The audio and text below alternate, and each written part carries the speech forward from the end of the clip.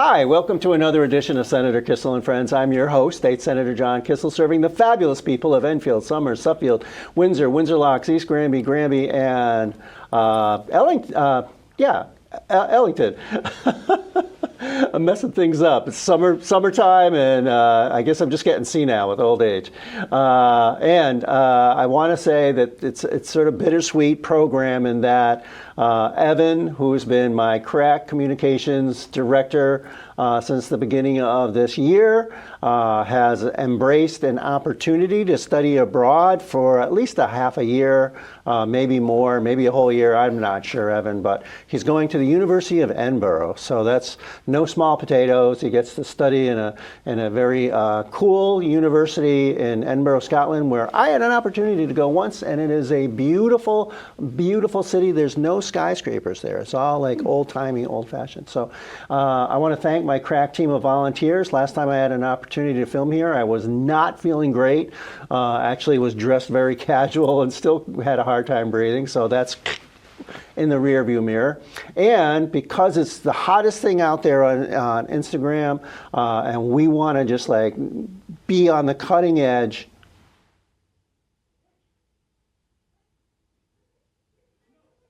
the Rizzler! That's my homage to the Rizzler. So our great guests on this program, to my left, Sergeant Geoffrey Miner. Sergeant Miner, thank you for being on the program. And to Sergeant Miner's left, not knowing what to make of that, hopefully it was passable. It was my first try on television, but there'll be more in the future, and one more before I close. Officer Alex Scata, and awesome. Officer Scata, thank you for being on the program. So, Sergeant Miner, law enforcement in Suffield. First of all, I saw that outside in our parking lot to the studio, there was a law enforcement pickup truck. And trust me, if you saw it out there, it's got all the bells and whistles, that's for sure. I mean, I wouldn't want that baby plowing into my car or anything like that. It's super heavy duty, but it's just not a vehicle that I see on the roads a lot. What's the story with that? Well, it's funny, actually. It was something that I've been trying to get our lieutenant to look into for a while. And he grew up in Suffield. We both grew up driving pickup trucks. He's always been like, yeah, let's get one. It just never kind of fit. And then during COVID, it was hard to get vehicles. So the distributors that we normally use didn't have any of the Tahoes or the Explorers. But they had one of these pursuit rated F-150s, and they're like, hey, would you guys want that? Now, what is pursuit rated? I mean, it's like... It just means that it's got like the brake package and the upgraded engine and stuff like that to handle the wear and tear and abuse that, sometimes we have to put on our vehicles. So it was just an opportunity that everything kind of just lined up perfectly, and it's been a great addition to our fleet. There's a little bit of hiccups with some of the issues, trying to differentiate between like the steering of a Tahoe or F-150, but it kind of filled a role in our department and fit a niche. It sounds to me that, it just sort of appears to me that I'm surprised more departments don't have something like that, because I bet you it fulfills some roles that a normal cruiser wouldn't be able to handle. Yeah, it's great because we can fit some of our bigger pieces of equipment. Like I have barricades in the back of that thing if we need to close down a road hastily. I have them right there in my cruiser. We have some of the longer stuff that we can put in the bed of the truck. So it's definitely something that kind of has a very unique role. Yeah, and I can definitely understand that. Sometimes I watch, for example, the Enfield Town Council meetings. Chief Alaric Fox comes on, and it's just, even now, even though the pandemic is like, thank God, well behind us, and I say that for all the people still wearing masks. The pandemic is over, but that's just one of my pet things, because it's still just, it's like, it's a bad memory, that whole era, even though we all did, people that I know did fine. But when I see the town council meetings, it's still really, really hard to get police vehicles. Mm-hmm. Yeah. I mean, there's like waiting lists of like over a year, and if they see something that may be like an older model and they can get their hands on it, they jump on it. So, I totally understand. So one of the things I don't know, and it's probably the military and law enforcement probably have similar gradations, but a sergeant. What are the grades that an individual, we have Officer Scata, is like that sort of the entry level, is you're an officer, and then how does the rankings progress, and is Suffield comparable to other departments? Well, I think it's all going to depend on the size of the agency. In a town like Suffield, we kind of probably fit the role or the model of most agencies in Connecticut, where you get hired as a like a probational officer or police officer, and generally the progression would be sergeant, lieutenant, and then captain and chief. Okay. Some of the bigger agencies will have like deputy chiefs or watch commanders. Some have like corporals or officer or trooper first class, and those would kind of fit somewhere between a sergeant and a patrol officer.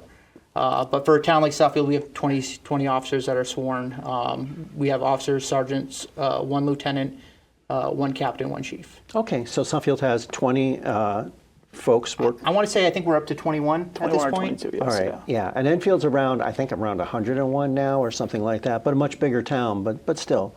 So Officer Scata, I want to turn now to you. Yes. One of the things that is prevalent out there in the news, and I've seen it over the years that I've been lucky enough to be state senator for the great folks of North Central Connecticut, is that it's harder and harder to attract young men and women to law enforcement. What propelled you to say, this is a career that I'd like to pursue, and are you happy with the decision? And of course, if you're not, you don't want to say it on Senator Kissel and friends, but you certainly seem to be happy with the choice. Yes. So I started about 9 years ago getting this career. I was 21 at the time, just got out of college. I was like, what do I do next? I went to school for criminal justice at Mount Ida, which is closed down now, unfortunately. So I was like, I want to get into criminal justice. I kind of love the feel of like the... Where was it, Mount Ida? Mount Ida. It was in Newton, Massachusetts. Okay. And they closed down about 2018, 2019, right after I graduated. So I started at 21, and then I was like, what do? Do I go into the vast majority of criminal justice? So I started applying to police departments because I was like, let's try kind of get my foot in the door. Suffield was the first one to be like, hey, we're willing to come in for an interview, do the background, everything like that. Within a couple months, I was sent to the academy in December. Wow. After graduating in June of that year. So where is the academy for Connecticut? It is in Meriden. Okay. It is at Post. Yep. Oh, it's at Post. Yes. I've had an opportunity to tour Post. It was like probably, I don't know, 15, 20 years ago. It hasn't changed. Hasn't changed. Hasn't changed. All right. So it was in good shape, but it was definitely older facility. Yes. And if it hasn't changed, it's probably much older looking down.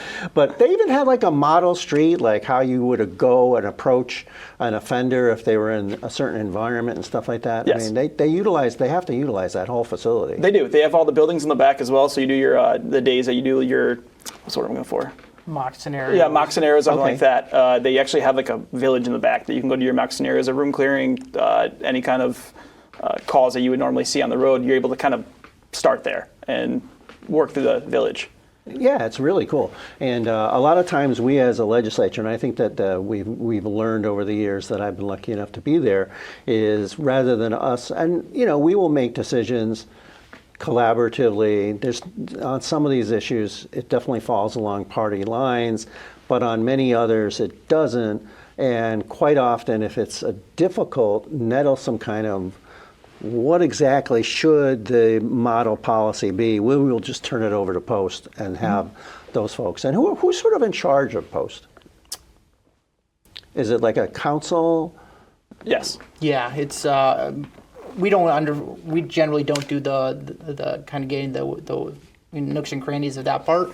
But I do know that it's made up of I think it's like 20 to 30 people that are selected.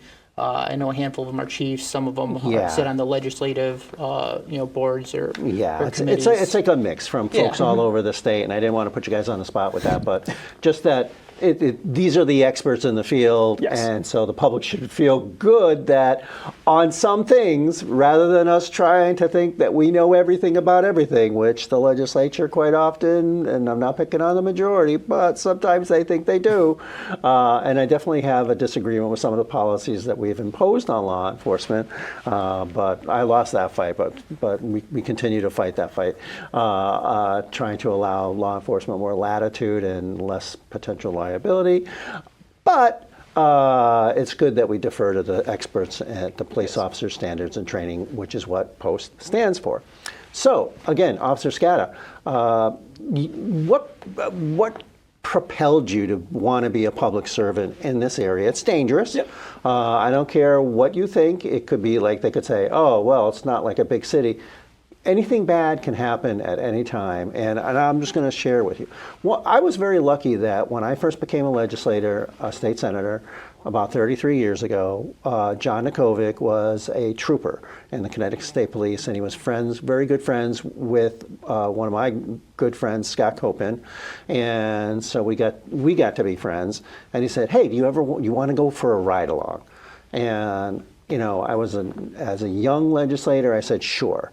And so he was out of the troop out in Stafford at the time. I think it's closed now. But we did a ride-along on an evening, it may have been a Friday evening, out in eastern Connecticut. And I had the bulletproof vest and just tag along. Gotta be honest, just that glimpse for a few hours showed me, wow, anything could happen at any time. You have to be on your best. Just approaching a vehicle, like there's a certain way you can do it to minimize the chances that they can get the jump on you. And people that we pulled over that I thought were going to be a pain in the butt and difficult were as nice as could be.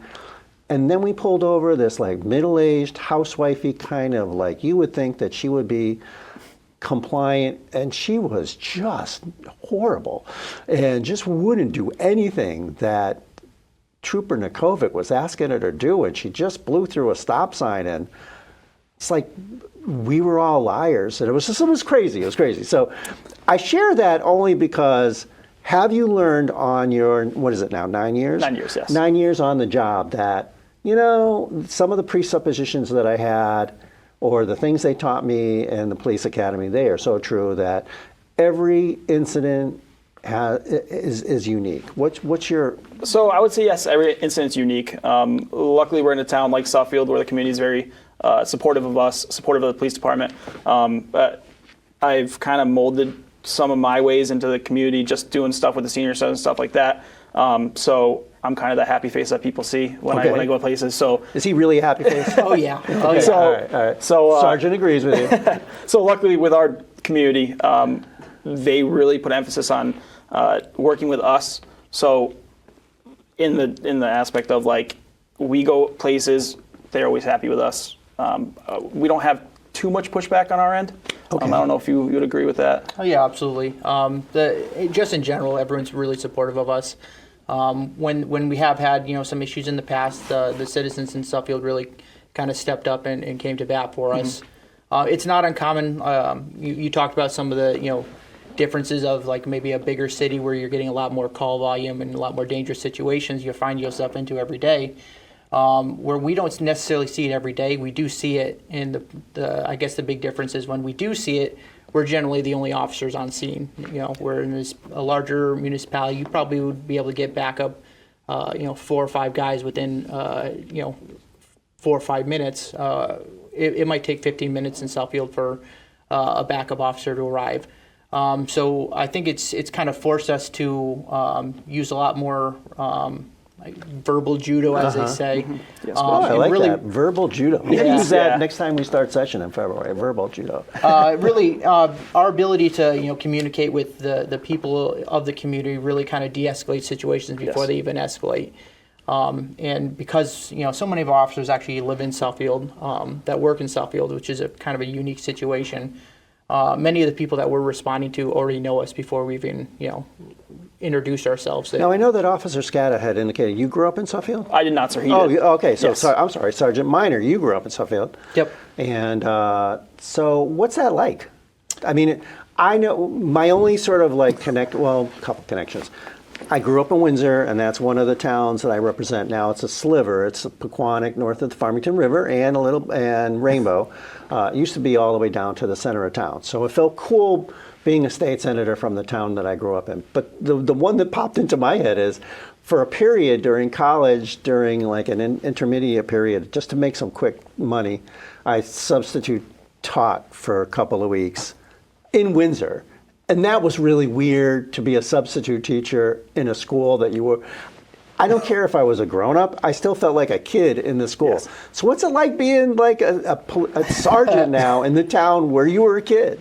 Yeah, definitely in the beginning it was a little awkward in certain situations where you get called to, unfortunately, we see every aspect of someone's life, in this profession, and a lot of times people just need someone to talk to, and so when we show up, they really just want to kind of talk through some of the situations, and I did, find myself in some awkward situations where people who, are much older than I was at the time and who had a lot more life experience were looking at me, and I was like, what do I know? I'm a 21-year-old kid. Why are you asking me these questions?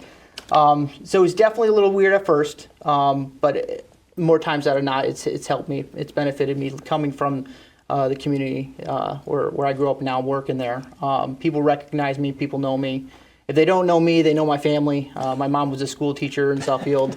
My dad's been on, just about every board there is in Suffield. So, wow, all right. So they generally know me before I know them. And if like I said, if they don't know me, they're like, "Oh, are you Don's son?" Like, there we go. Yeah. You're not related to the miners like Craig Miner used to be a state senator from Litchfield. If I was, it's probably a pretty distant relation. Okay, distant. All right, I had to check. So I want to get into before time is flying by. One area that we have pop up in front of us quite a bit as legislators is the prevalence of domestic violence matters. And you can be a big town, little town, but interspousal fighting, or it may not even be spousal, it can be just folks living in close proximity to one another. And we've had to change some statutes to make sure the language embraces that. But sometimes there are scary things that happen when you're called to a domestic violence incident. And I'm just wondering if you can relate, without naming names or anything like that, but maybe things that you've seen in the bucolic, pastoral town of Suffield that people might consider sleepy. It's not necessarily, it's a fabulous town, but you're going to have the ups and downs in people's lives like anywhere else. And I'm just wondering what you've seen or what you've learned along the way. You talk about verbal judo and de-escalating. I bet you that comes in super handy. Yeah, kind of going back to what I was saying before, a lot of times there's maybe 2 or 3 officers only working in Suffield at a time. So when we go to domestic-related incidents, obviously there's a lot of emotions and tempers and a lot of backstory that we're not even privy to, even after we've done our investigation. We'll just never know that whole aspect of someone's life. So going into those situations can be a little, nerve-wracking because you never know what to expect, and you really, even when you think you know what's gonna happen next, it doesn't. So going into those situations and being able to talk and relate to people kind of calms the situation down a little bit. And it is a kind of a predominant call for a town like Suffield. We do handle a lot of domestic incidences. Thankfully, a lot of them are kind of just verbal in nature, and no one's getting hurt. So we can kind of come up with a kind of like a safety action plan and kind of connect them with different resources, family domestic violence and other services like that. So I think that there's a lot we can do just verbally talking to people and just kind of de-escalating in that realm. Thankfully, we don't see a lot of violent domestic related incidents. Thank God, absolutely. And would your advice be if someone felt like scared for themselves, but they're worried about having their spouse or loved one or someone arrested, that it's better to err on the side of call us? Oh, absolutely. Oh, yes. Okay. Yeah, I mean, obviously, our first priority is everyone's safety. Okay. There are some mandatory arrest laws when there's certain Right. things that happen, which obviously are in place to protect people who might not be in a position where they feel comfortable, coming forward when they're in a really dangerous situation. But like I said, we handle a lot of verbal related domestic incidences where we just go there and we connect them to other resources and, Yes. and kind of point them in the right path. And we've seen how that in the long run plays out. And I think most people are glad that they someone called, whether it was them, whether it was a neighbor, a family member called, because that kind of started the process for them to get on resolve it. a road to something better. And access. So you don't have to be a part of the criminal justice system to access the government services and programs that are out there and do that. Officer Scata, and I remember, it was like all of 15 minutes ago, saying that with a name like Scata, you've probably been told you make the criminal Scata because you're out there on the beat. And you had not heard that before. That's the first time. I'll take credit for that one. Rizzler face again, an homage. When you were speaking earlier, though, you said that you had an interest in helping with seniors and things like that, Yes. that you have certain personal motivation. What kind of interaction, what is sort of like percolated a little bit through this conversation is that sometimes there's just folks that may be lonely or they just need someone to talk to give them access to the resources that a community provides. And because you're out there all the time in the community, you might even be like, they're repaving Russell Street or something, and you happen to be out there, and someone's walking their dog, and you might be the face that they see. Yes. And I'm wondering, and because I just had on a program, Parks and Recreation chief and from Suffield, and you guys just do so many things out there in that town. But the senior center is definitely something can be quite proud of. What exactly are you doing out there? So I kind of threw myself in this role. We had kind of a community officer, but not really back when I started. So I was like, I went up to my captain at the time. I was like, hey, is there any way I can get in touch with a community aide in Suffolk community in town who is an amazing resource for our community? And was like, can I work with them a little bit just to let us know information? Because there was kind of always a little bit of a divide to where if Suffolk community aide has something to where we don't know about it, and it could be like something like someone in town is going through an issue with one of the elderly people with their roofs falling apart, stuff like that, something we should know on that end. So he kind of gave me the okay, and we set up a little program to where our officers now will, if we go to a house that, say, AC is not working and it's 100 degrees and we're going there for a medical, we can refer to the Suffolk Community Aid to where they can kind of take charge in helping the seniors or anybody in town. So is community aid like social services? Or yes, it is. They've been around for a long time. It's just we kind of never had that way of getting them the information, and they never had us getting the information. It's almost like a social safety net kind of agency. So they do everything from if you need any like food during times that are hard, to your grandfather needed some sort of walk or anything like that, they are able to donate all that. All right, and so now you're the link. Yes, I am. And then I also work with the senior center as well, and I just became the school resource officer as of starting next week is my first week. So if you live in Suffield, Officer Alex Scata, he is your contact if you have an issue and law enforcement may be involved. Don't use him as like the community aid person, but if you see him, he can give you critical information on how to access community aid. Yes, and the community aid is, you can look them up on the Suffield, any government or Suffield government page. They're an amazing resource. So if you're going through any kind of hardship, definitely reach out to them. They are unbelievable. Well, that's an important message to get out to people too. I mean, one thing I love about my district, but we are definitely like old New England Yankee in our philosophy. That's me. My humble opinion. I've only been a state senator for 33 years, thankfully. Thank you all, my constituents. But I think that's a really great thing. Yes. The only time it's not a great thing is that sort of cowboy Marlboro man that you can do it all on your own. It's okay to reach out with some things and ask for help. Mm-hmm. And, I just had a quote on my roof getting replaced and yeah, these are expensive propositions. Yes. Not everybody has the wherewithal. I've been saving a long time, and it's still going to be hard. So I get it, and there's groups out there where they want to help you out. Wow, we are down to 5 minutes. I just want to make sure 2 other quick things before they get the hook and pull me off like vaudeville. The Police Explorers. I know in Enfield we're lucky. We have great Police Explorer program. My younger brother, Michael Henry Kissel, God bless his soul. He passed away years ago. He was an EMT. Wow. Highly stressful job. Saw some stuff that was not good. I'm not saying that added to some of the stress in his life, but he was a Police Explorer in Windsor where we grew up. you guys have Police Explorers in Suffield. How's that program going, and do you have good participation? So we have an amazing participation right now. We started with about 4 to 5 kids.